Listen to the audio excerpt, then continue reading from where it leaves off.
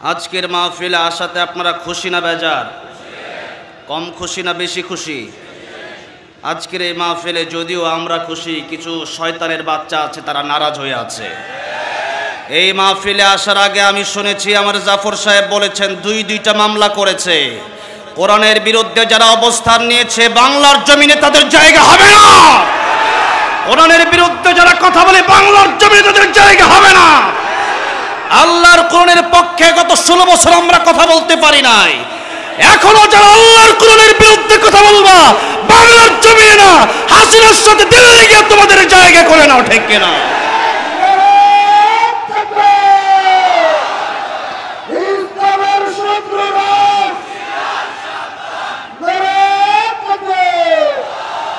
আমি মাহফিলে আসার আগেই শুনেছি এই কোরআনের মাহফিল যারা করেছে তাদেরকে জঙ্গি ট্যাগ দেওয়া হয়েছে। যারা কোরআনের কথা বলে, যারা কোরআনের পথে চলে, এদেরকে জঙ্গি ট্যাগ দেয় কারা? নবীকে জঙ্গিবাদী বলতো না, নবীকে পাগল আর জাদুকর বলতো আবু জেহেলেরা। আজকে সেই পাগল আর জাদুকরি শব্দ তো আর নবী নাই, কিন্তু আল উলামা ওয়ারাসাতুল আম্বিয়া। আজকে নবীর দায়িত্ব যারা পালন করছে, কোরআনের জন্য যারা কষ্ট করছে, আজকে দিকে দিকে বাংলাদেশের বিভিন্ন জায়গায় তারা যেহেতু কোরআনের কথা বললে তারা চুরি করতে পারবে না, ডাকাতি করতে পারবে না, মসজিদের টাকাগুলো মেরে খেতে পারবে না, মাদ্রাসার টাকাগুলো মেরে খেতে পারবে না, জনগণের রাস্তায় রডের জায়গায় বাস দেওয়া যাবে না, চোর ডাকাতগুলো আলেমের বিরুদ্ধে জঙ্গিবাদ প্রতারণা হয়, যেরকম ঠিক না বেঠে। আজকে কোরআনের আলোচনা হবে, খোলাসা কথা হচ্ছে আল্লাহর কোরআনের আলোচনা যেখানেই হবে সেখানে যারা বাধা দিতে হবে আগে মার হবে, পরে জবাব হবে। আজ বাংলাদেশে 16টা বছর ধরে আল্লামা সাইদি রহমতুল্লাহ আলাইকে 13টা বছর কারাগারে ঢুকায় রাখা হলো। আল্লামা মামুনুল হককে তিনটা বছর কারাগারে ভোগ করানো হলো। আলেমদেরকে ফাঁসি দেওয়া হলো। আজকে আমরা প্রতিবাদ করতে পারি নাই বলেই আল্লামা সাইদির আলোচনা থেকে আমরা দীর্ঘ 13টি বছর বঞ্চিত ছিলাম। এই জন্য যেখানেই জুলুম সেখানেই কি হবে? প্রতিবাদ হবে। বাংলাদেশের যে কোনো থানা আছে, প্রত্যেকটা থানার কাছে আমি বলবো, আমি তো অনেক থানার অনেক ওসি সাহেব ডিসি সাহেবকে আমি ভালো করেই চিনি, বাংলাদেশের প্রায় এমপি মন্ত্রীকে আমি ভালো করে চিনি। ওসি সাহেবরা আপনাদের কাছে যখন চিঠি লিখতে যায়, মামলা লিখতে যায়, সাবধানের সাথে মামলা নেবেন। যারা কোরআনের পক্ষে থাকে এদের বিরুদ্ধে যদি মামলার চিঠি নেন আপনার অবস্থান ভালো হবে না, আপনার অবস্থান ঠিক থাকবে না, আপনি বিপদে পড়বেন। কোরআনের বিরুদ্ধে যারা অবস্থান নিয়েছে তারাই বিপদে পড়েছে, যুগের ইতিহাস সাক্ষী দেয়।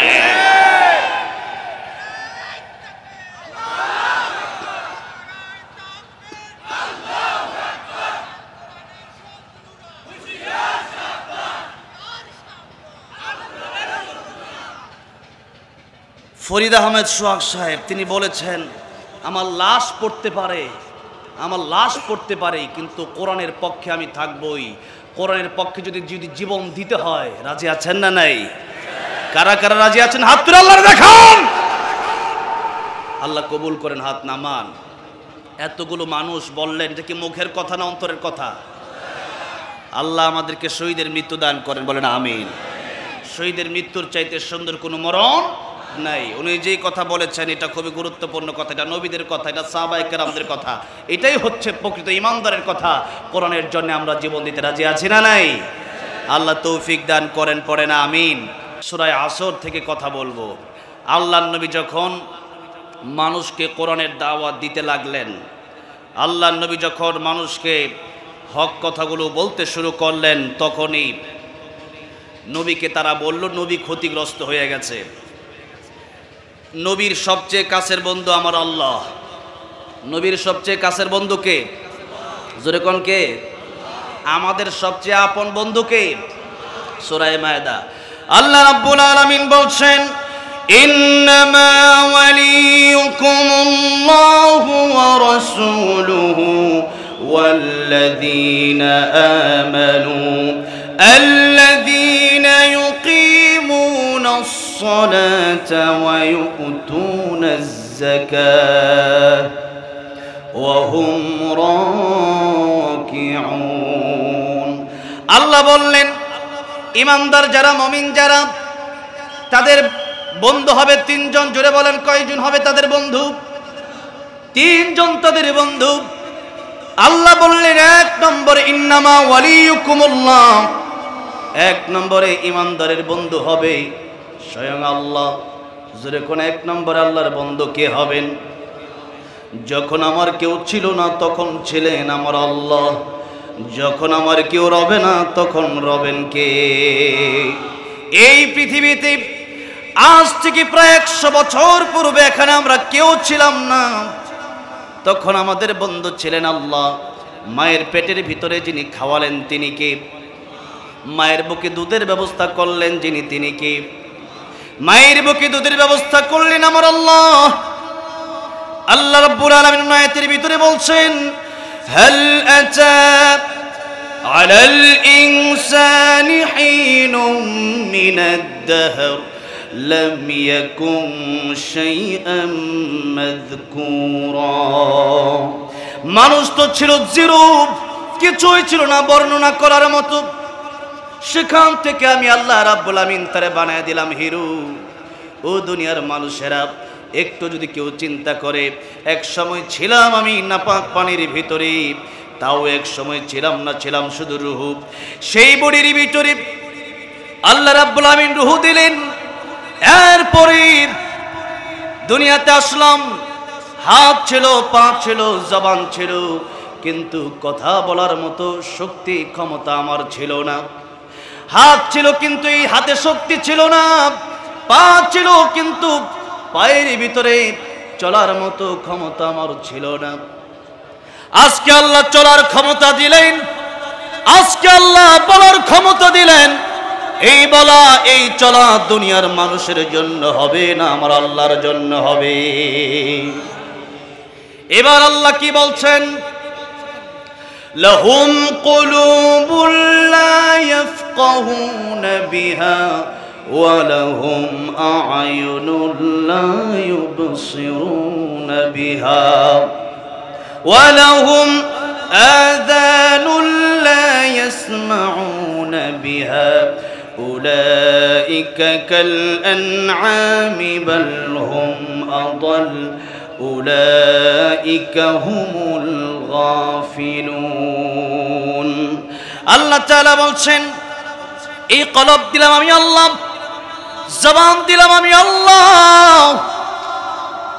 শোনার ক্ষমতা দিলাম আমি আল্লাহ। এই কলব দিয়ে আমার কোরআনকে তারা বোঝার চেষ্টা করল না। এই কান দিলাম, কোরআনের মাহফিলগুলো হলেই তারা তাদের মনে হিংসার দাবানল শুরু হয়ে যায়। কোরআনের মাহফিলগুলো তারা শুনতেও চায় না, নিজেও শুনতে চায় না, আরেকজন শুনবে তাকেও শোনাতে চায় না।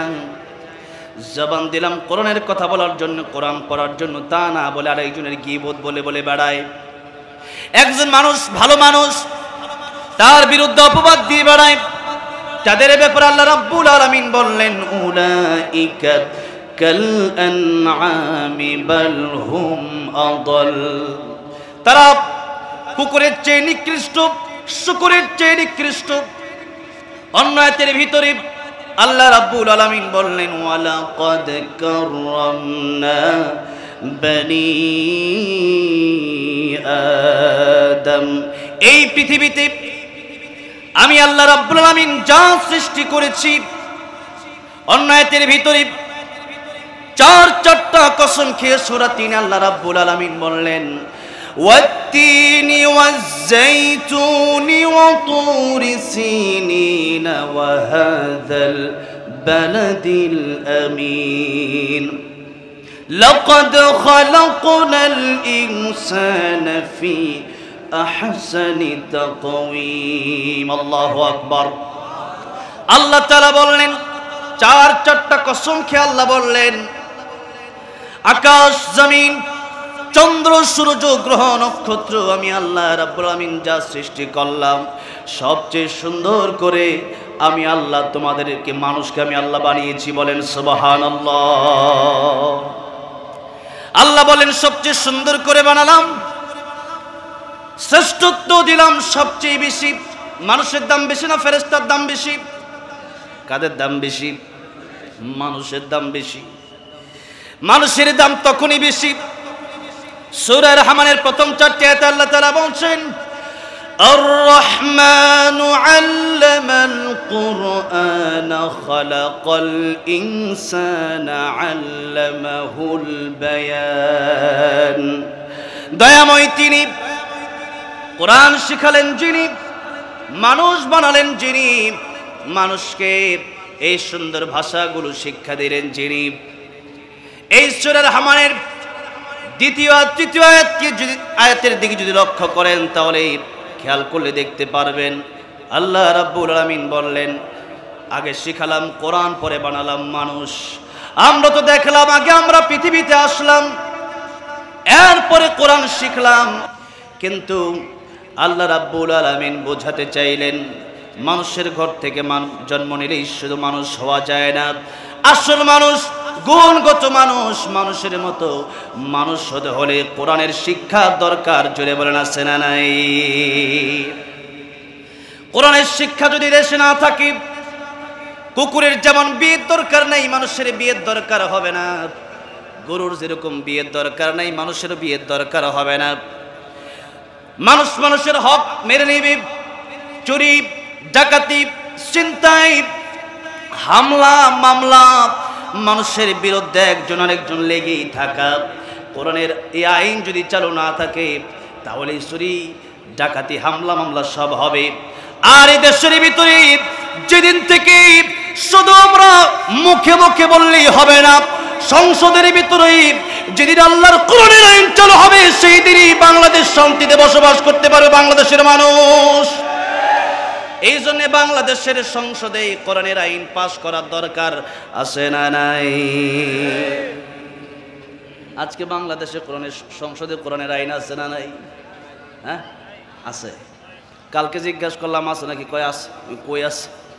আল্লাহ যে বললেন আস-সারিকু ওয়াস-সারিকাতু ফাকতাউ আইদিয়াহুমা, চোর চুরি করবে তার হাত কেটে দাও। ছেলে হোক মেয়ে হোক, পুরুষ হোক মহিলা হোক, চুরি করলে হাত কেটে দাও। আর বিগত 16 বছরে আপনারা শুনেছেন কিনা জানি না, আমি শুনেছি বাংলাদেশে সবচাইতে সামান্য বিচার ছিল চোরের বিচার, হালকা বিচার ছিল চোরের বিচার। এটা কোনো ধর্তব্যই না। আর বিগত 16 বছরে সবচেয়ে কঠিন বিচার ছিল তাদের জন্য যারা এই কোরআনের ময়দানে আল্লাহর কোরআনের কথাগুলো বলেছে। তাদেরকে ফাঁসি দেওয়া হয়েছে, তাদেরকে জেল দেওয়া হয়েছে, গরুর রশি বেঁধে বেঁধে তাদেরকে টানা হয়েছে। ঠিক কিনা বলেন? সবচেয়ে কঠিন বিচার তাদেরকে করা হয়েছে।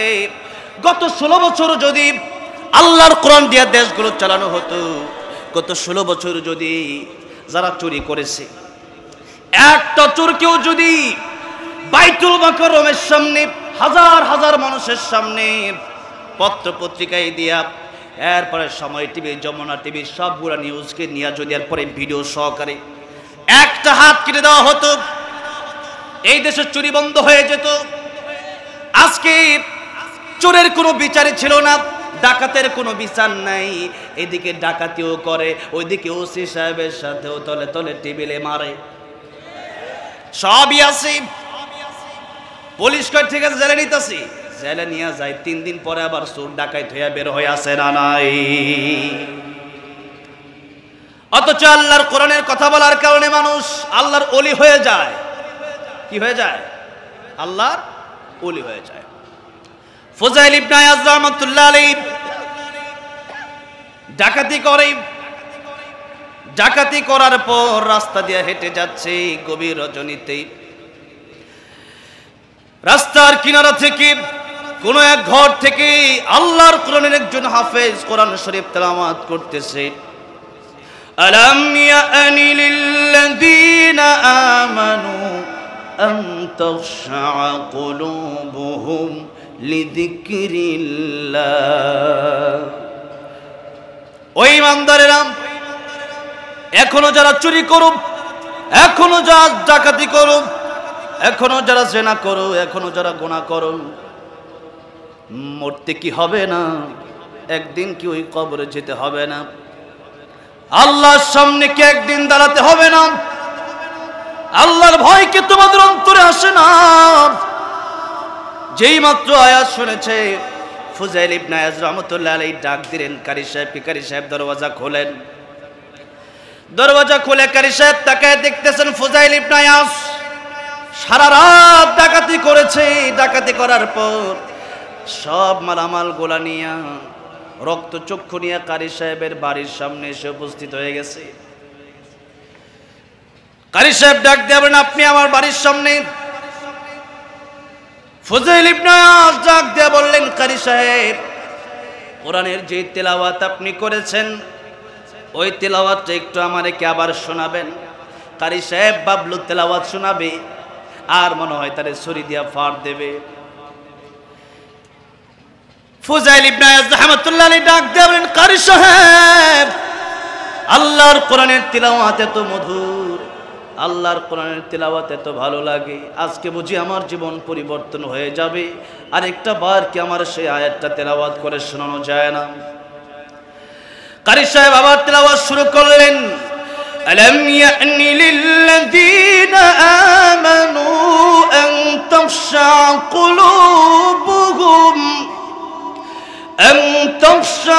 কুলুবুহুম লিযিকরিল্লাহ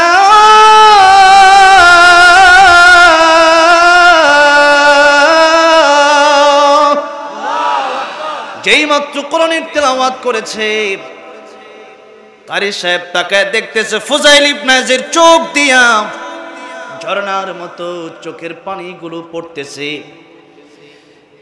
কারি সাহেব ডাক দেয়া বললেন, আপনিও ডাকাতের সর্দার, আল্লাহর কোরআনের তেলাওয়াত শুনে দেখি আজকে আপনি কাঁদেন, আপনার চোখের পানি বের হয়।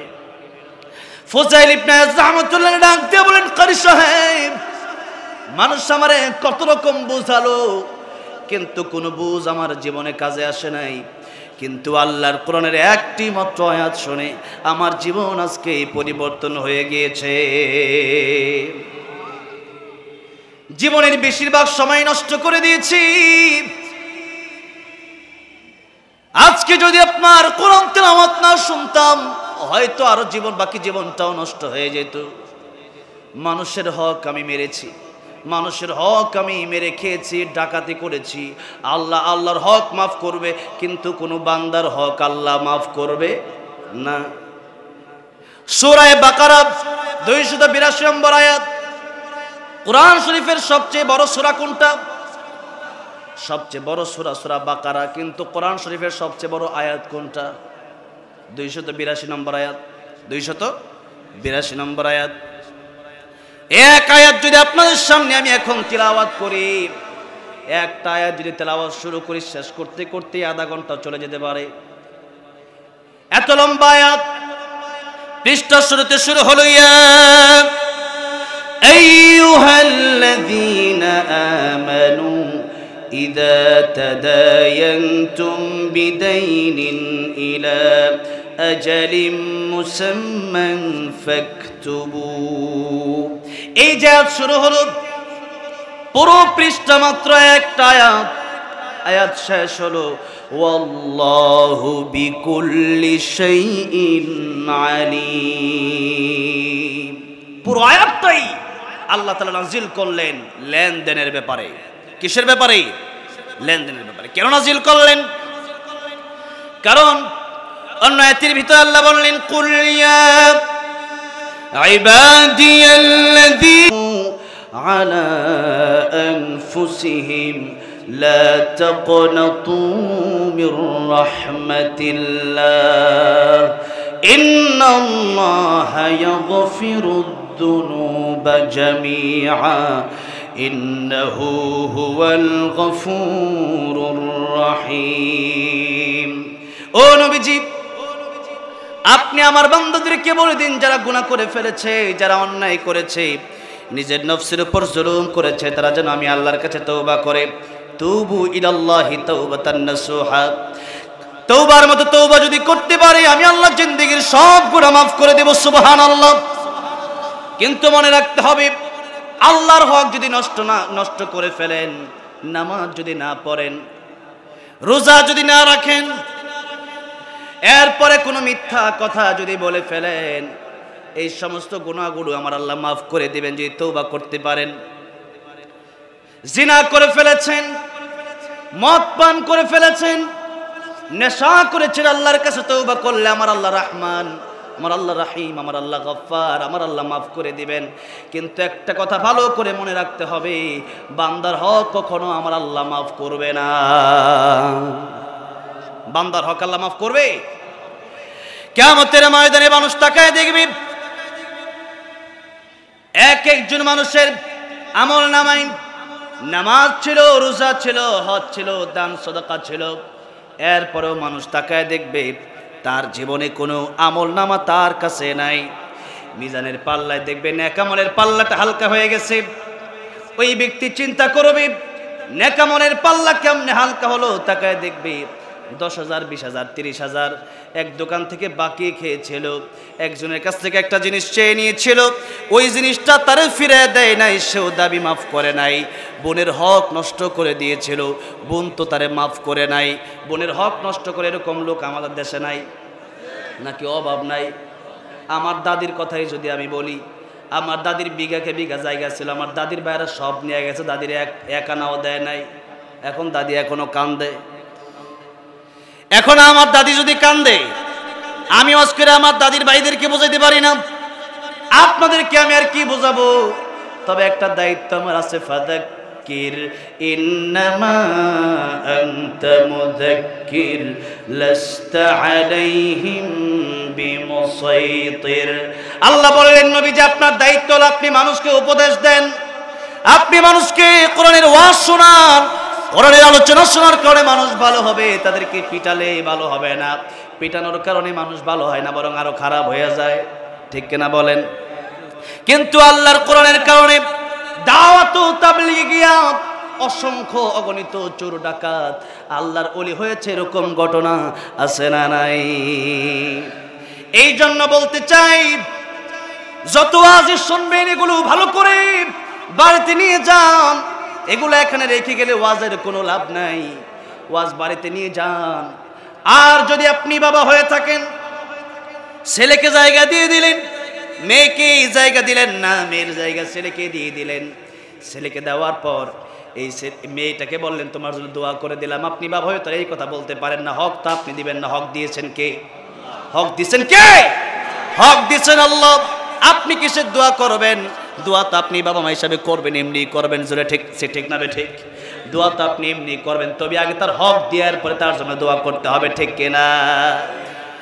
হক দেওয়া নাই, বড় ভাই হয়েছেন, বছরকে বছর বোনের জমি ঘোরাচ্ছেন, বোনের জমি দেন না, কোনো টেনশন নাই। যদি কোনো বোনেরা শোনে, আপনাদের কোনো টেনশন নাই। এই দুনিয়াতে টাকার গরমে হয়তো বিচার হয় না, কিয়ামতের ময়দানে ইনসাফের বিচার আমার আল্লাহ কায়েম করবেন কি করবেন না? মানুষের হকের কারণে অনেক ইবাদত করেছেন, হজ করেছেন, যাকাত দিয়েছেন, এত ইবাদত কিয়ামতের ময়দানে কাজে আসবে না যদি মানুষের হক মেরে খান, মানুষের বিরুদ্ধে গীবত করেন। এই জন্য মানুষের হক আমার আল্লাহ মাফ করবে না। ফুজাইল ইবনে আয়াজ রাহমাতুল্লাহ আলাইহি চিন্তা করলেন, এত বড় অন্যায় আমি করেছি, এত বড় অপরাধ আর করেছি, যেই অপরাধ আমার আল্লাহ মাফ করতে পারে না।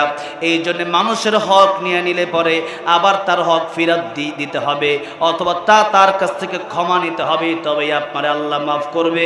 এছাড়া মাফ পাওয়ার কোনো সুযোগ নাই।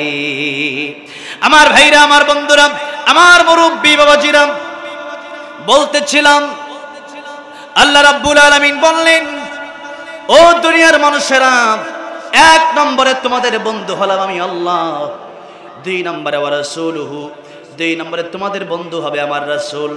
দুই নম্বরে আমাদের বন্ধু কে হবেন? আল্লাহ রাসূল। যেই নবীর কারণে ইসলাম পেয়েছি, কোরআন পেয়েছি, দ্বীন পেয়েছি, সেই নবী আল্লাহর পরে আমাদের বন্ধু। এই জন্য নবী বললেন লা ইউমিনু আহাদুকুম হাত্তা আকুনা হাব্বা ইলাইহি মিন ওয়ালিদিহি ওয়া ওয়ালাদিহি ওয়ান নাসি আজমাইন। তোমাদের জীবনের চাইতেও বেশি আমি নবীকে ভালোবাসতে হবে, রাজি আছে না নাই? নবীকে জীবনের চাইতে বেশি ভালোবাসার দরকার আছে না নাই? এই জন্য বাংলাদেশে দেখবেন ব্যক্তিগত আক্রমণ আসলে আমরা অনেক সময় চুপ করে থাকি, আমরা কথা বলি না, প্রতিবাদ করি না। কিন্তু বাংলার জমিনে আল্লাহ রাসূলের বিরুদ্ধে কথা বললে জিহ্বা টেনে ছেঁড়া হবে, ছাড় দেওয়া হবে না মুসলমান। আল্লাহর নবীর বিরুদ্ধে কথা বললে আর চুপ থাকা যায় না। আবু বকর সিদ্দিক রাদিয়াল্লাহু আনহু, আল্লাহ যখন এই আয়াত নাজিল করলেন সূরা হাদীদের, মান দাল্লাযী ইউকরিদুল্লাহা করদান হাসানা, কি আসো আমি আল্লাহর ঋণ দিবা? আল্লাহর ঋণ দিবেন, আল্লাহর ঋণ দিব মানে আল্লাহ কি ফকির নাকি? হ্যাঁ, এখন আল্লাহর ঋণ দিব মানে ঋণ তো আল্লাহ চাইলেন মানে আমার মসজিদে দাও, মাদ্রাসায় দাও, গরিব দুঃখীকে দাও, এটাই আমি আল্লাহকে দেওয়া হবে। আমি আল্লাহ রাব্বুল আলামিন তোমাকে এর উত্তম প্রতিদান দান করব, সুবহানাল্লাহ। এখন এই কথাটা ইহুদি আবু বকর সিদ্দিকের সামনে বললেন। এতদিন ভেবেছিলাম মুহাম্মদ ফকির, এখন দেখি তার আল্লাহও ফকির, নাউজুবিল্লাহ। কোন আবু বকর সিদ্দিক রাদিয়াল্লাহু আনহু নরম না গরম? আরহামু উম্মতি বি উম্মতি আবু বকর। আবু বকর সিদ্দিক রাদিয়াল্লাহু আনহু এত নরম মানুষ, তিনিও সহ্য করতে পারলেন না। তিনি কষা একটা থাপ্পড় মেরে দিলেন। যেই মাত্র মারছে থাপ্পড় পড়ে গেছে নিচে, কারণ এটা তো সাধারণ দেহের থাপ্পড় না, এটা ইমানের পাওয়ার। যেরকম ঠিক না বে ঠিক? সব থাপ্পড়ের পাওয়ারে হয় না। আবু বকর সিদ্দিক রাদিয়াল্লাহু আনহু এক থাপ্পড় মারছে, পড়ে গেছে। আবু বকর সিদ্দিক চিন্তা করছে আরেকটা থাপ্পড় দিব, যদি উঠে আসে। এখন আর উঠে নাই, শুধু এইভাবে টেরা চোখে তাকায়। আবু বকর সিদ্দিক রাদিয়াল্লাহু আনহু চলে গেলেন। এরপরে ইহুদি চিন্তা করলো একটা পেঁচ লাগায় দেই, নবীর কাছে গিয়ে বিচার দিছে, ইয়া রাসূলুল্লাহ, ইয়া হাবিবাল্লাহ, আপনার আবু বকর আমারে থাপ্পড় মারছে। নবী বলেন আবু বকর মনে হয় থাপ্পড় দেয় নাই, কারণ আরহামু উম্মতি বি উম্মতি আবু বকর, আমার আবু বকর তো বড় নরম মানুষ। থাপ্পড় মনে হয় আসাদ্দুহুম ফি আমরিল্লাহি ওমর, ওমর মনে হয় থাপ্পড়টা দিছে, কারণ শক্ত তো ওমর। ইহুদি কয় ইয়া রাসূলুল্লাহ, আমি ওমরকেও ভালো করে চিনি, আবু বকরকেও ভালো করে চিনি, আমার আবু বকরই থাপ্পড়টা দিয়েছে, এই বিচার আপনার করতেই হবে। নবীজি চিন্তা করলেন আবু বকর থাপ্পড় দিলে এমনি দেয় নাই, কিন্তু এরপরও নবীর বিশ্বাস হচ্ছিল না। বলল ইহুদির, যেহেতু তুমি ইসলামের কোর্টে এসেছো, বিচারের বেলায় মুসলিম ইহুদি সমান অধিকার পাবে, কোনো সমস্যা নাই, বিচার হবেই হবে। এমন সময় আবু বকর সিদ্দিক রাদিয়াল্লাহু সামনে আসলেন, ইয়া রাসূলুল্লাহ, ইয়া হাবিবাল্লাহ, আপনি আমারে একবার অনুমতি দেন, তার আরেকটা থাপ্পড় আমি দেই। সুবহানাল্লাহ কোন। নবীজি বলেন আবু বকর, এতক্ষণ আমি বিশ্বাস করি নাই, এখন যখন তুমি আবার আসছো থাপ্পড় দেওয়ার জন্য, এখন আমার বিশ্বাস করতে আর বাকি নেই, আগের থাপ্পড়টা তুমি দিয়েছিলে। আবু বকর বলেন, ইয়া রাসূলুল্লাহ, ইয়া হাবিবাল্লাহ, আগের থাপ্পড়টা আমি দিয়েছিলাম। নবীজি বলেন আবু বকর, কেন থাপ্পড় দিলাম? ইয়া রাসূলুল্লাহ, ইয়া হাবিবাল্লাহ, আপনার বিরুদ্ধে কথা বলেছে, আমি আবু বকর ব্যক্তিগত আক্রমণ করলে আমার মারলেও আমি হয়তো কিছু বলতাম না, কিন্তু আপনি নবীর বিরুদ্ধে কথা বলেছে। ইহুদি সে এমনি মিথ্যাবাদী, এমনি দোষী, সুরি সুরি আবার সেনা জড়ি নবীর কাছে আসলো। ইয়া রাসূলুল্লাহ, ইয়া হাবিবাল্লাহ, আমি কোনো গালি দেই নাই। নবী বললেন আবু বকর, তোমার কি সাক্ষী আছে নাকি? সাক্ষী নিয়ে আসো, ইসলামের কোটি সাক্ষীর দরকার আছে, সাক্ষী নিয়ে আসো। সাক্ষীর সাক্ষ্যতেই বিচার আজকে হবে। আবু বকর সিদ্দিক রাদিয়াল্লাহু আনহু বলেন, ইয়া রাসূলুল্লাহ, ইয়া হাবিবাল্লাহ, আমার কোনো সাক্ষী নেই। সেখানে কোনো মুসলিম ছিল না। ওদিকে ইহুদির আরেকজন সাক্ষী আছে, একটা ইহুদি তার সাক্ষী আছে। যেহেতু সাক্ষী নাই, বিচারটা আবু বকরের বিরুদ্ধে চলে গেল রাইটা। নবীজি বললেন, বিচারের জন্য রেডি হয়ে যাও বকর। আবু বকর সিদ্দিক রাদিয়াল্লাহু আনহু বলেন, ইয়া রাসূলুল্লাহ, ইয়া হাবিবাল্লাহ, আল্লাহর পক্ষে, রাসূলের পক্ষে যদি আমি কথা বলতে গিয়ে, আল্লাহর পক্ষে, রাসূলের পক্ষে থাপ্পড় দিতে গিয়ে যদি আমার শাহাদাত বরণ করতে হয়, আমি শহীদি মৃত্যুতেও আমি আবু বকর রাজি আছি। কোন সুবহানাল্লাহ। নবীজি বলেন বিচার হবে। আবু বকরের বিরুদ্ধে আজকের রায় চলে গেল, কিন্তু আমার নবী তাকায় দেখতেছেন জিবরাইল আমিনের আগমন আমার নবীর দরবারে। কোন সুবহানাল্লাহ। জিবরাইল ডেকে বলেন, ইয়া রাসূলুল্লাহ, ইয়া হাবিবাল্লাহ, দুনিয়ার কোন মানুষের জন্য অন্য দুইজন সাক্ষীর প্রয়োজন হয়, আজকে আবু বকর সিদ্দিক রাদিয়াল্লাহু আনহুর জন্য দুনিয়ার কোন সাক্ষীর প্রয়োজন নাই, দুনিয়ার কোন মানুষের সাক্ষীর প্রয়োজন নাই। আমার আবু বকর সিদ্দিক রাদিয়াল্লাহু আনহু, আপনার সাহাবী, আল্লাহর প্রিয় বান্দা আবু বকর সিদ্দিক রাদিয়াল্লাহু আনহু সাক্ষী আমার আল্লাহ রাব্বুল আলামিন নিজেই হয়ে গিয়েছেন। আল্লাহ রাব্বুল আলামিন কুরআন শরীফ আয়াত নাযিল করে দিলেন, লাকাদ সামিআ আল্লাহু কাওলাল্লাযীনা ক্বালু ইন্নাল্লাহা ফাকীর ওয়া নাহনু আগনিয়া। আল্লাহ বললেন, ও আমার বন্ধু, আমার হাবিব, এই ইহুদি আমি আল্লাহকে ফকির বলেছি, তোরা নিজেকে ধনী মনে করেছে। এটা সেই ইহুদি যে বলেছে, এটা দুনিয়ার কোনো মানুষ না শুনলেও আমি আল্লাহ শুনেছি। এবার বলেন, আমার আল্লাহর চাইতে উত্তম সাক্ষী আর হতে পারে নাকি? আর সাক্ষীর প্রয়োজন নেই। যেই কথা আমার বলার উদ্দেশ্য হলো যে আমরা সাধারণত নিজেদের বিপক্ষে কথা আসলে পরে আমরা চুপ থাকলে অসুবিধা নাই। আমাদের বাবা মা নিয়ে কথা বললে হয়তো আমরা চুপ থাকতে পারি, কিন্তু আল্লাহর নবী, বিশ্ব নবী রাহমাতুল লিল আলামিন, যেই নবীর উসিলায় ধর্ম পেলাম, যেই নবীর উসিলায় দ্বীন পেলাম, যেই নবীর উসিলায় ইসলাম পেলাম, যেই নবীর উসিলায় কোরআন পেলাম, সেই নবীকে জীবন দিয়া ভালোবাসার দরকার আছে না নাই? আমার ভাইরা, আমার মুরব্বী বাবাজিরা বলতেছিলাম, 2 নম্বর বন্ধু হবে আমার রাসূল, 3 নম্বর হবে ইমানদার। লম্বা চূড়া কথা। আল্লাহ রাব্বুল আলামিন বললেন, আমার নবীর সবচাইতে প্রিয় বন্ধু আমি আল্লাহ। কাফির বেঈমানেরা যখন এই কথা বলতে লাগলো, নবী ক্ষতিগ্রস্ত হয়ে গেছে। কেন ক্ষতিগ্রস্ত হয়ে গেল? নবী যখন বললেন, তোমরা মেনে নাও লা ইলাহা ইল্লাল্লাহু মুহাম্মাদুর রাসূলুল্লাহ সাল্লাল্লাহু আলাইহি সাল্লাম, নবীজি যখন এক আল্লাহর দাওয়াত দিলেন, তখন তারা বলল, ঠিক আছে, তোমরা ইয়া রাসূলুল্লাহ, ইয়া হাবিবাল্লাহ, মানলাম আল্লাহ আপনি আল্লাহ রাসূল, আপনি একটা কাজ করেন, আপনি আমাদের ধর্মে কিছুদিন আসেন আর আমরা আপনার ধর্মে কিছুদিন যাই। মানে আপনিও কিছুদিন আমাদের সাথে মূর্তির পূজা করবেন আর আমরাও কিছুদিন আপনার সাথে নামাজ রোজা সব করব। নবী বললেন, ইসলাম এসেছে বিজয় হওয়ার জন্য, ইসলাম কখনো পরাজয় বরণ করতে পারে না। সুতরাং ইসলাম এমন নয় আজকে একদিকে কালকে একদিকে। দীর্ঘ 16 বছর আওয়ামী লীগ, এখন হয়ে গেলাম বিএনপিটা ইসলাম নাকি? এটা মুনাফিক। এগুলা কি? লা ইলাহা উলা ওয়ালা ইলাহা উলা, সুবিধাবাদ জিন্দাবাদ। দীর্ঘ 16 বছর অনেক লোককে আমরা দেখেছি যারা আওয়ামী লীগের 5 গোলাম ছিল, এখন বলে আমরা ইসলামের পক্ষে আছি, এখন বলে আমরা বিএনপির পক্ষে আছি। একটাও জায়গা দেবেন না, তাদের কোনো জায়গা হতে পারে না। এতদিনও কোরআনের বিরুদ্ধে আইন চালু করতে চেয়েছে, এখনো কোরআনের বিরুদ্ধে কথা বলতে চায়, আছে না নাই? তবে দলটা শুধু পাল্টাইছে।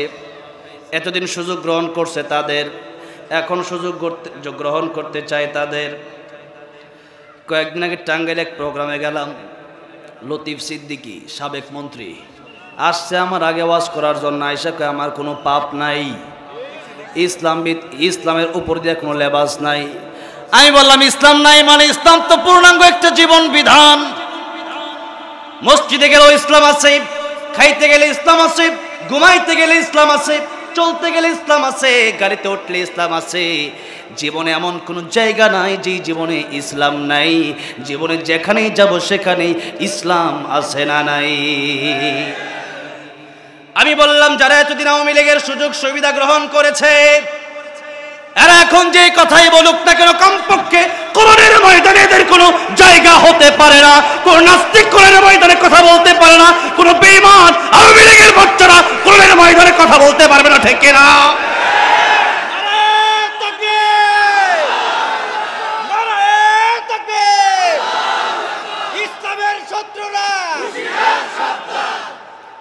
এতদিন পর্যন্ত ছিলা তাদের পক্ষে হইয়া কোরআনের আইন বন্ধ করতে চেয়েছ, এখনো কোরআনের আইন বন্ধ করতে আসবা। আল্লাহ এদের ব্যাপারে বলছেন জাহান্নামের সবচেয়ে তলদেশে থাকবে তারা, জাহান্নামের সবচেয়ে কঠিন শাস্তি হবে তাদের। আল্লাহ রাব্বুল আলামিন বলছেন ইন্নাল মুনাফিকিনা ফিদ দারকিল আসফালি মিনান নার ওয়ালান তাজিদ লাহুম নাসীরা। কিয়ামতের ময়দানে এই মুনাফিকগুলা যারা সুবিধাবাদ জিন্দাবাদ, যখন ইসলামের পক্ষে থাকলে দেখে সুবিধা তখন মাহফিল আইসা দোয়া চায়, আবার যখন দেখে বুটের দরকার তখন মন্দিরে গিয়ে উলু উলু করে আসে না নাই। এরকম লোকদের ব্যাপারে আল্লাহ বলেন ওগো নবীজি কিয়ামতের ময়দানে তারা জাহান্নামের সবচেয়ে নিকৃষ্ট জায়গায় যাবে, জাহান্নামের সবচেয়ে তলদেশে থাকবে তারা। আর ওয়ালান তাজিদ লাহুম নাসীরা, কিয়ামতের কঠিন ময়দানে এদের জন্য কোনো সাহায্যকারী খুঁজে পাওয়া যাবে। এই মুনাফিক অনেক বন্ড হুজুর ছিল মুনাফিক, ওপর দিয়া তারা জুব্বা পড়েছে, ওপর দিয়া তারা পাগড়ি পড়ছে। এখন নবীজির যুগের কথা যদি আমি বলি, জিবরাইল আলাইহিস সালাম লিস্ট নিয়ে আসলেন, ইয়া রাসূলুল্লাহ ইয়া হাবিবাল্লাহ, এই যে মুনাফিকের লিস্টটি নবী দেখলেন। এক নম্বরই যার নাম আব্দুল্লাহ ইবনে উবাই, ওইটা দেখা যায় পাগড়িও পরে দাড়িও আছে, জুব্বাও আছে। নবী কই ও কেমনে মুনাফিক? জিবরাইল কয় ইয়া রাসূলুল্লাহ মুনাফিকি উপর দিয়ে থাকে না, মুনাফিকি থাকে তলে তলে। এই যে আমাদের দেশে দেখবেন অনেক লোক আছে উপর দিয়ে অনেক ভালো সাজে, তল দিয়ে জনগণের ক্ষতি করার জন্য আপ্রাণ চেষ্টা করে যাচ্ছে, এরকম মুনাফিক আছে না নাই? এদেরকে ভালো করে চিনেন, ভালো করে জানেন।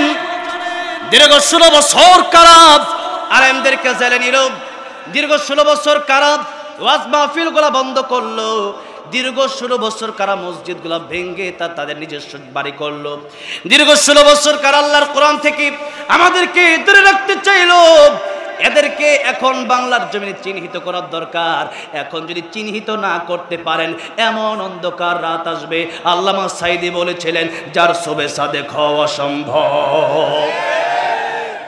সুতরাং উপদেষ্টার ভিতরে যাদেরকে উপদেষ্টা বানানো হয়েছে, ফারুকির মতো একটা নাস্তিক মার্কা কথা যেই ব্যক্তি বলেছে, তার কোনো উপদেষ্টা হিসেবে বাংলাদেশের জনগণ চায় না। তার উপদেষ্টা থেকে বাদ দেন। ডক্টর ইউনূস সাহেব আপনি বলেছিলেন এই দেশের জনগণ যা বলবে আমি তাই শুনবো, কোন ভুল হলে আমাকে ধরায় দিবেন। এখন তো আপনাকে আমরা ধরায় দিচ্ছি, এটা তো আমার কথা আমি বলছি না, বাংলাদেশের কোটি কোটি জনগণের আবদার এটা। যারা আল্লাহ মাহমুদ শফিকে তেতুল হুজুর বলে গালি দিল, এদেরকে আপনি কেমনে উপদেষ্টা বানালেন? যারা ইসলামকে দেখতে পারে না, যারা নাটক সিনেমা সারাদিন যাদের চিন্তাই হলো জেনা ব্যভিচার নিয়ে, যারা সমকামিতাকে প্রমোট করে, এরা বাংলার জমিনে মুসলমানের উপদেষ্টা হতে পারে না। তাদেরকে বাদ দিয়ে দেন, আর নইলে বাংলাদেশে আবার আন্দোলন করবে জনগণ, আবার আপনারাও থাকতে পারবেন না। এই দেশের জনগণ এখন চাই কোরআন, এই দেশের জনগণ এখন চাই ইসলাম, এই দেশের জনগণ এখন চাই এই দেশের ভিতরে আল্লাহর কোরআনের রাজ কায়েম হবে, এটাই বাংলাদেশের সবার চাওয়া, ঠিক কিনা? আল্লাহর কোরআনের পক্ষে যারাই কথা বলে তারাই সত্য কথা বলে, এই জন্য প্রতিদিন আলোচনা করছে। ইউটিউব, ফেসবুক, টেলিভিশনে আপনি কি আলোচনা শুনতে পারছেন না? বাংলাদেশের মানুষ তাকে চায় না। এই জন্য নেতা হবে তিনি, ইসলামের পক্ষে কথা বলবেন যিনি, ইসলামের বিরুদ্ধে যাবে, কোরআনের বিরুদ্ধে যাবে, নেতা থেকে লাথি মেরে সরায় দিতে হবে। যেরকম মুসলমান, ঠিক না বেঠে? কোরআন যে পড়তে পারে না সে নেতা হতে পারবে না। নেতা হওয়ার প্রথম শর্তই দিতে হবে আপনার কোরআন পড়তে পারা লাগবে।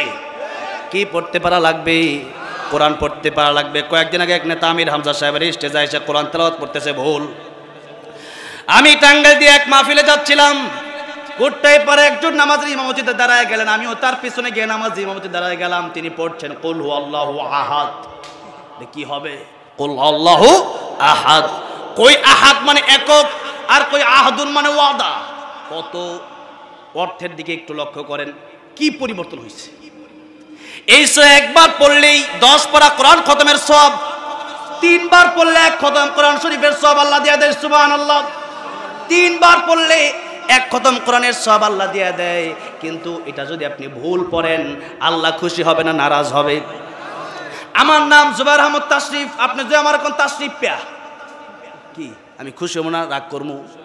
তো আল্লাহর কালাম যদি আপনি উল্টা পাল্টা পড়েন, আল্লাহ খুশি হবে না আল্লাহ রাগ করবে? সুতরাং কোরআন শরীফ যদি আপনি না পড়েন, আপনি নেতা হবেন কেমনে? নেতা হইল ইমাম। নেতাকে নেতা ইমাম, কিন্তু সেই ইমামরা আমরা সল্টু বল্টু মনে করি, হুজুর ইমাম, এটা কালেকশন করে কোন নাম চলবো খালি। কিন্তু আরব আমিরাত, মিডল ইস্টের প্রায় প্রত্যেকটা দেশে আমার জন্য ভিসা ফ্রি। আমি তো প্রায় সময় সেখানে যাই, কাতারে যাই। ওই দেশের ইমামদের দাম কত, ওই ইমামদের বিচারেই ওই দেশ চলে। কোন সুবহানাল্লাহ। আব্দুর রহমান আস-সুদাইসি সব কাবা শরীফের প্রায় ইমামের পিছনে আল্লাহ আমার নামাজ পড়ার তৌফিক দিয়েছেন। তাদের দাম কত, তাদের সাথে কি সিকিউরিটি গার্ড, তাদের বেতন কত বেশি, তাদের মর্যাদা কত বেশি। তারা শুধু ইমাম না, তারা ওই দেশের এক একজন মন্ত্রীর পদমর্যাদায়। বলেন আলহামদুলিল্লাহ।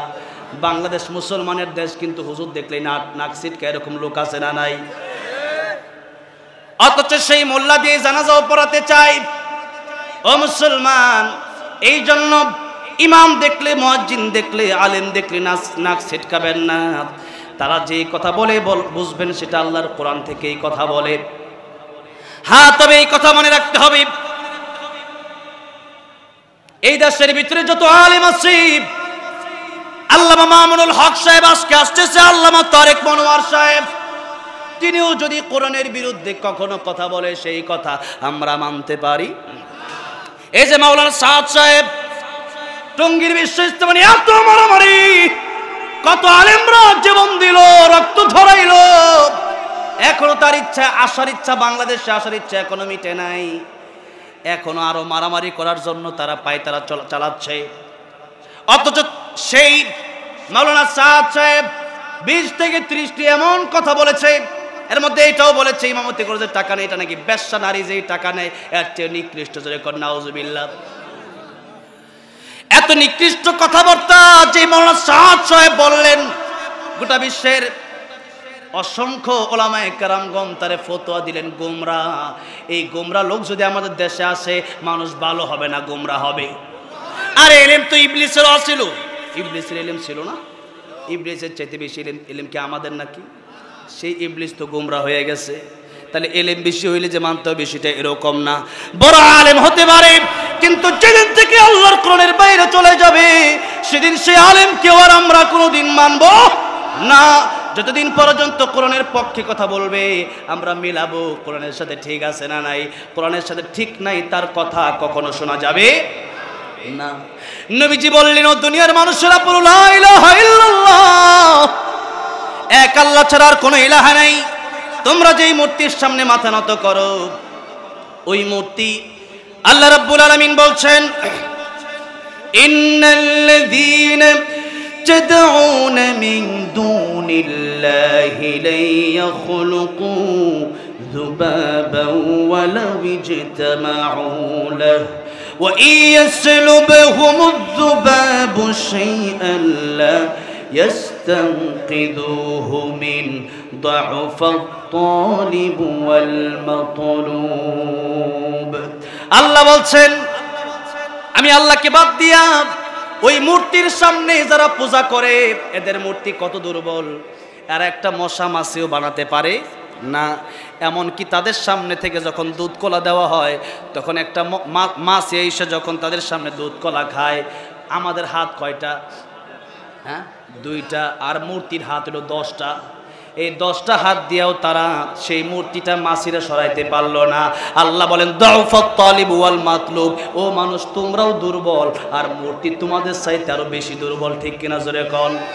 আমরা তো হাঁটতে পারি, চলতে পারি, আর ওই মূর্তিকে পিকআপ দিয়া করে মন্দিরে নেওয়া লাগে। তাহলে আমরা সবল না মূর্তি সবল? আমরা সবল আর মূর্তি দুর্বল। আল্লাহ বলেন দাউফা। এখন আল্লাহ বলেন দাউফাত তালিব, তালিব মানে যে চায়, আর মাতলুব মানে যার কাছে চাওয়া হয়। আল্লাহ বলেন আমি আল্লাহ ছাড়া যার কাছে মানুষ চাই সেও দুর্বল, আর যার কাছে চাই সেও দুর্বল। একটা মাছিও তাড়াতে পারে না। আর আমরা কত দুর্বল, বেলেট দিয়া পুষ দিলে সাথে সাথে এখন জাগাই ব্রেক, গাড়ি একটা উপর দিয়ে উঠাইলেই শেষ। ইন্নাস সাআতা আতিয়াতুন আকাদু উখফিহা লিতুজজা কুল্লু নাফসিন বিমা তাসআ।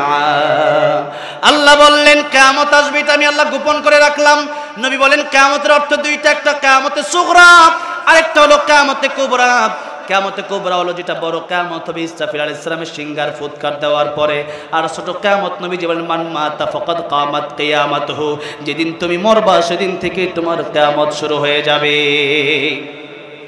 অন্য হাদিসে নবী বললেন আল কবরু রাউযাতুম মিন রিয়াজিল জান্নাহ আও হুফরাতুম মিন হুফারিন নার।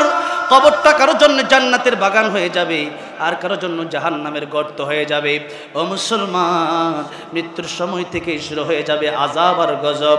আর যদি ভালো মানুষ হন, ওয়াল্লাযীনা আমানু আশাদ্দু হুব্বাল লিল্লাহ, আল্লাহর যদি ভালোবেসে যেতে পারেন, নবীকে যদি ভালোবেসে যেতে পারেন, কোরআনের পক্ষে যদি জীবনটা দিয়ে দিতে পারেন, আমার আল্লাহ বলেন ফেরেশতারা তার জন্য জান্নাতের গালিচা বিছায়া দাও, তার জান্নাতের পোশাক পরায় দাও।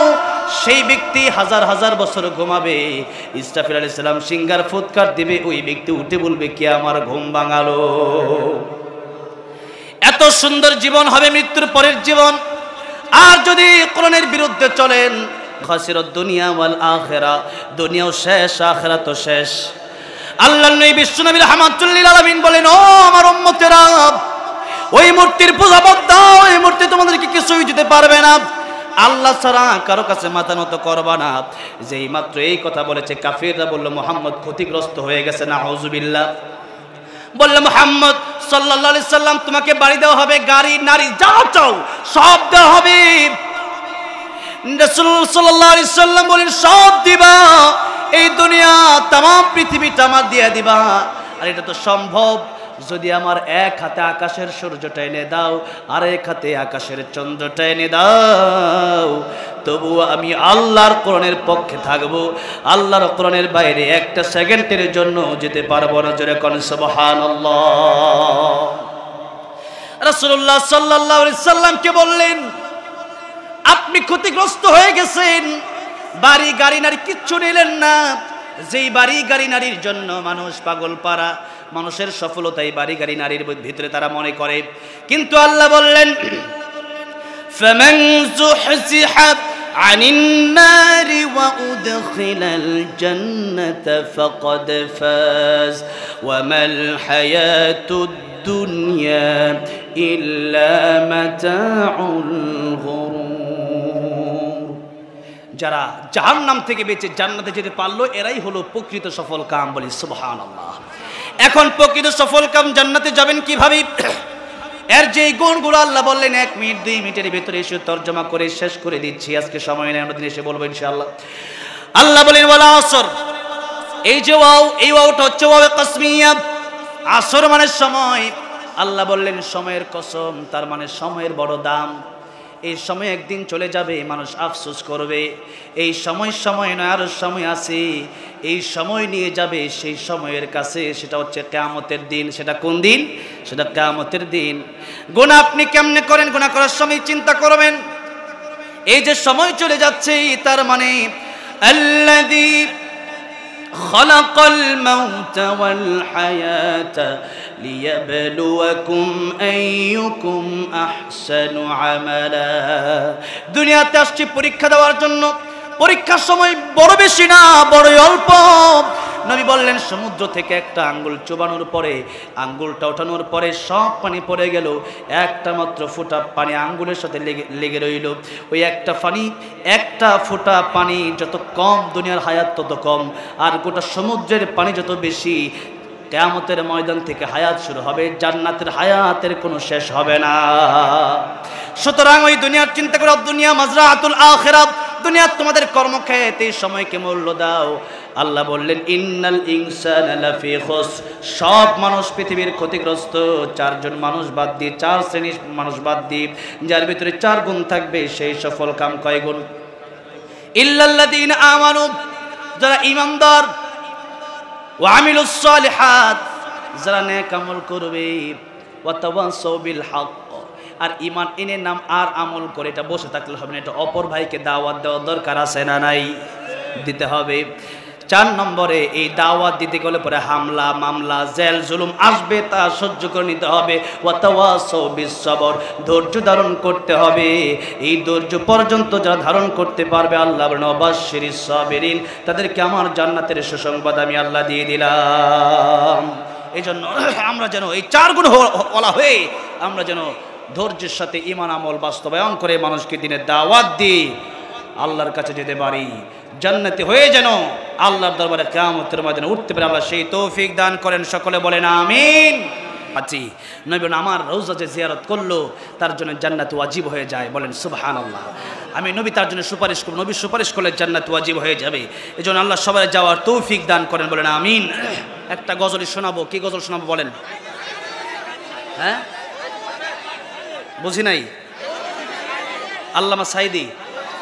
আল্লামা সাইদি রহমতুল্লাহ আলাই, আমি সবচেয়ে বেশি বাংলাদেশে ওনাকে ভালোবাসি এই জন্য যে তিনি চুরি করে, তিনি রাহাজানি করে, খুন খারাপি করে জেলে যান নাই, বরং ইউসুফ আলাইহিস সালাম যেরকম জেলে ছিলেন, ইব্রাহিম আলাইহিস সালাম যেমন আগুনে ছিলেন, আমার নবী যেমন 3 বছর জেল কেটেছেন, তেমন জেল কেটেছেন আল্লামা সাইদি, আল্লাহর কোরআনের কথা বলে, ঠিক কিনা বলে?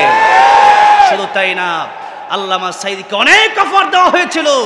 কাতারে আমার সাথে দেখা হয়েছিল শামীম সাইদি সাহেবের, আমাকে বলতেছিলেন যে আমার বাবাকে বলা হয়েছে আপনি কি চান, নবীকে যেরকম অফার দেওয়া হয়েছিল আমার বাবাকে এরকম অফার দেওয়া হয়েছিল যে আপনি শুধু আমাদের পক্ষে চলে আসেন, আমাদের বিপক্ষে কোনো কথা বলবেন না। আল্লামা সাইদি বলেছেন কোরআনে যা আছে তাই বলবো, জালিমের কাছে কোনো হক্কানি আলেম মাথা নত করতে পারে না। সেই কারণেই আল্লামা সাইদিকে গাজীপুর হত্যা করার চেষ্টা করা হয়েছিল, এরপর ঢাকা ইনজেকশনের সাথে বিষ মিশিয়ে হত্যা করেছে। আল্লামা সাইদি শহীদ হয়েছেন। কি হয়েছেন? যে ব্যক্তি শহীদ হয়ে যায় সে ব্যক্তি মরে না।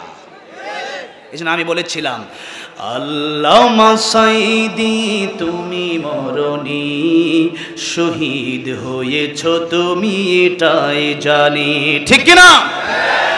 কারাগারে কাটালে 13টি বছর, বাতিলকে পেছে তোমায় দেখে থরথর। কারাগারে কাটালে 13টি বছর, বাতিলকে পেছে তোমায় দেখে থরথর। তুমি যে ছিলে মোদের নয়ন মনি, শহীদ হয়েছ তুমি এটাই জানি, শহীদ হয়েছ তুমি এটাই জানি। দেখা তো হবে না আর এই জীবনে, দেখা হবে জান্নাতে ফুল বাগানে। এই আশা কবুল করো আল্লাহ তুমি, পড়েন আমিন। এই আশা কবুল করো আল্লাহ তুমি, শহীদ হয়েছ তুমি এটাই জানি। আল্লামা সাইদি তুমি মরনি, শহীদ হয়েছ তুমি এটাই জানি, শহীদ হয়েছ তুমি এটাই জানি। আল্লাহ আমাদেরকে আপনি শহীদের মৃত্যু দিয়েন, জোরে করা আমিন। শহীদ মৃত্যু হলে মৃত্যুর কষ্ট নাই, কবরে মুনকার নাকির আসে না, কিয়ামতে আল্লাহ বিনা হিসাবে জান্নাতের মালিক বানায় দিবেন। এমন মৃত্যু চাওয়ার দরকার আছে না আল্লাহর কাছে? আল্লাহ এরকম শহীদের মৃত্যু তুমি আমাদের সবাইকে দিও, জোরে কোন আমিন। আবারও দেখা হবে ইনশাআল্লাহ। আসলে তো অনেক প্রোগ্রাম আছে না, এখন আজান দিতে চাচ্ছি না আমি, আজকে ক্ষমা প্রার্থী। হ্যাঁ 2 লাইন। আল্লাহু আকবার, আল্লাহু আকবার, আল্লাহু আকবার,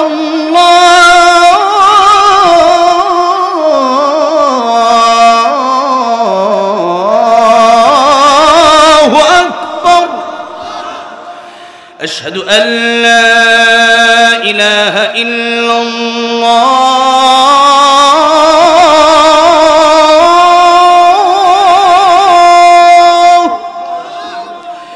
আশহাদু আল্লা